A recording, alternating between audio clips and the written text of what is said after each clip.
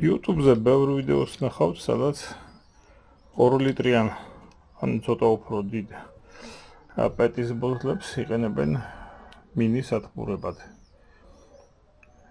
ახლა გაჩვენებთ ასეთი სათბურის კიდევ ერთ მოდერნიზაციას, რომელიც ძალიან მოხერხებულია იმით, რომ გაცილებით უფრო ძნელი წასაქცევია ქარის მიერ და გარდა ამისა, რაც ჩემ შემთხვევაში არის მთავარი, იცავს მას ღამის მავნებლებისაგან, პირველ რიგში ლოკოკინებისაგან.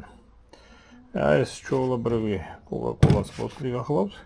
ეხლა მე მას პატარა მოდერნიზაციებს ჩაუტარებ. მაშასე მოვაჭერი ძირი, როგორც ხდება ყველა ვიდეოში, მაგრამ აი შეგედეთ გავხურიტე 6 ადგილას პაიალნიკით. ისე რომ დაახლოებით ტოლგვერდა სამკუთხედის რომ მივიღოთ. შემდეგ ვიღებ ესეთ ხის შამფურებს. ეს შამფური ბევრად უფრო გრძელი იყო, მაგრამ 3 ნაწილად გავჭერი და წვერები წავუმახვილე. ეხლა გაჩვენებთ რას უზამ ამათ. აი დააკვირდით ახლა როგორ არის გაყარელი ეს შპაშკები. აი ამ ხედავთ და წვერი აქვს წამახვილებული.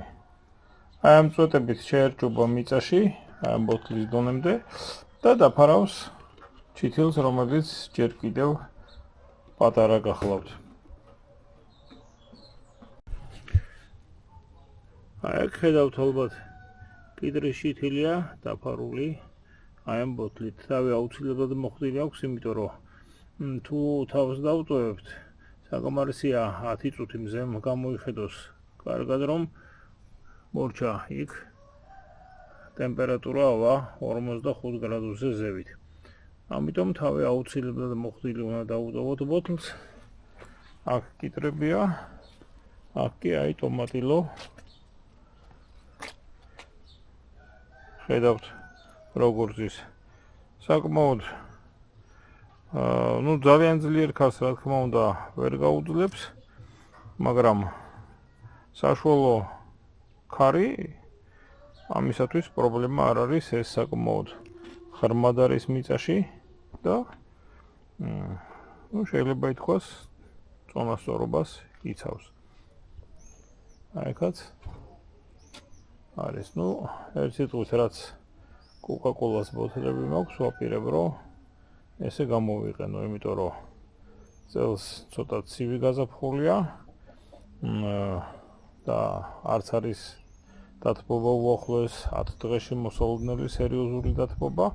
ღამის ტემპერატურა პრობლემა არ არის და უკვე უმჯობესია ესეთნაირად იყონ პატარა სათბურში, თან ისე რომ ლოკოკინაც ვერ შეწოდეს.